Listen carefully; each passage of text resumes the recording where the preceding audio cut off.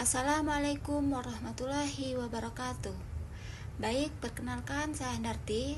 Di sini saya akan membahas tugas mata kuliah akuntansi sektor publik, yaitu dengan tema akuntansi sektor publik.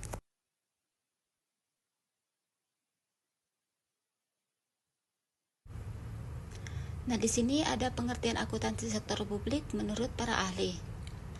Akuntansi sektor publik merupakan suatu entitas yang aktivitasnya berkaitan dengan usaha untuk menghasilkan barang dan pelayanan publik yang bermanfaat untuk memenuhi kebutuhan dan hak publik. Di sini ada beberapa pengertian akuntansi sektor publik menurut para ahli.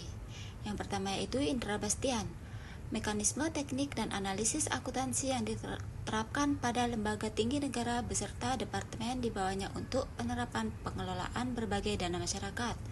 Yang kedua, Mardiasmo, alat informasi baik dari pemerintah sebagai manajemen atau alat informasi bagi publik. Yang ketiga, menurut Halim, merupakan kegiatan jasa dalam rangka menyediakan informasi kuantitatif yang bersifat keuangan. Nah, di sini juga ada yang menurut Erlina, yaitu sebagai proses pencatatan peristiwa ekonomi dalam suatu organisasi yang sering dilakukan pada sektor publik, yaitu seperti partai politik, masyarakat, sekolah, universitas, dan lain-lain. Sementara menurut Dwi Ratmono, yaitu proses pengidentifikasian, pengukuran, pencatatan, serta pelaporan transaksi keuangan dari entitas pemerintah daerah guna pengambilan keputusan ekonomi yang bermanfaat bagi pihak eksternal. Berikut komponen yang berpengaruh pada organisasi sektor publik. Yang pertama, ekonomi. Faktor dari ekonomi sendiri yaitu yang pertama tingkat inflasi, kemudian nilai kurs, kemudian tenaga kerja produktif, tingkat pertumbuhan pendapatan per kapita, kemudian infrastruktur atau sarana prasarana, kemudian arus modal dalam negeri dan juga pertumbuhan ekonomi. Nah, di sini juga ada yang politik. Politik ini sendiri yaitu legitimasi hukum, tipe-tipe pemerintah yang sedang berkuasa, ideologi atau dasar yang dianut, jaringan internasional, hubungan antar negara dengan warga negaranya, dan juga ada hubungan antar lembaga.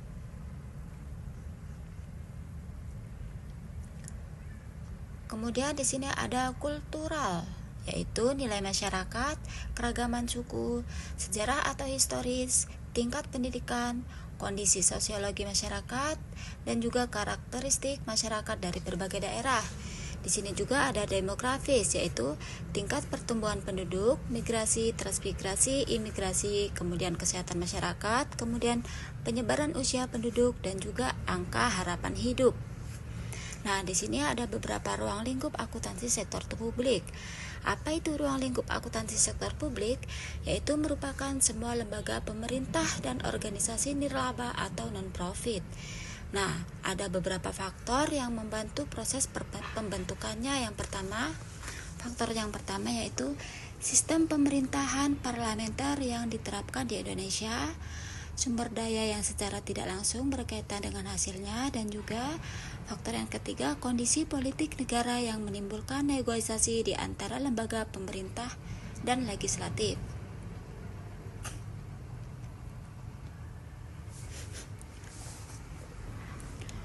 Ruang lingkup pada akuntansi sektor publik lebih luas jika dibandingkan dengan sektor swasta. Akuntansi sektor publik melingkupi yang pertama perencanaan, keuangan, dan pembangunan, yang kedua sistem pengawasan dan pemeriksaan, dan kemudian yang ketiga yaitu implikasi keuangan sesuai dengan kebijakan pemerintah. Baik, di sini ada beberapa karakteristik akuntansi sektor publik. Yang pertama, transparansi. Nah, apa itu? Karakter yang terbentuk karena adanya kebebasan dalam memperoleh informasi. Kemudian ada participation, yaitu karakter yang terbentuk karena adanya kebebasan dalam bersosialisasi. Nah, di sini juga ada accountability. Itu karakter yang terwujud karena rasa tanggung jawab yang nyata terhadap publik. Ada juga consensus orientation, yang mana karakter ini memiliki orientasi penuh terhadap publik.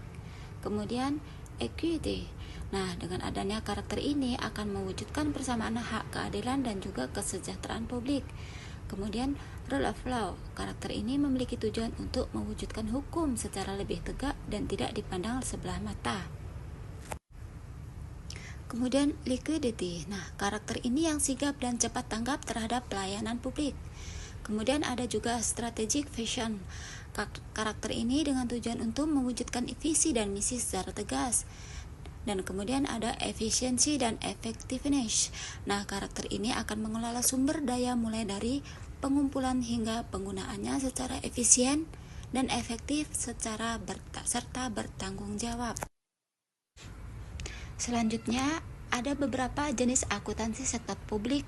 Yang pertama yaitu akuntansi pemerintah dan akuntansi sosial. Perbedaan akuntansi sektor publik dan swasta terdapat dari tujuan organisasi, juga sumber pembiayaannya, kemudian ada pertanggungjawabannya, struktur organisasi, dan juga karakteristik anggaran dan stakeholder, kemudian ada sistem akuntansi.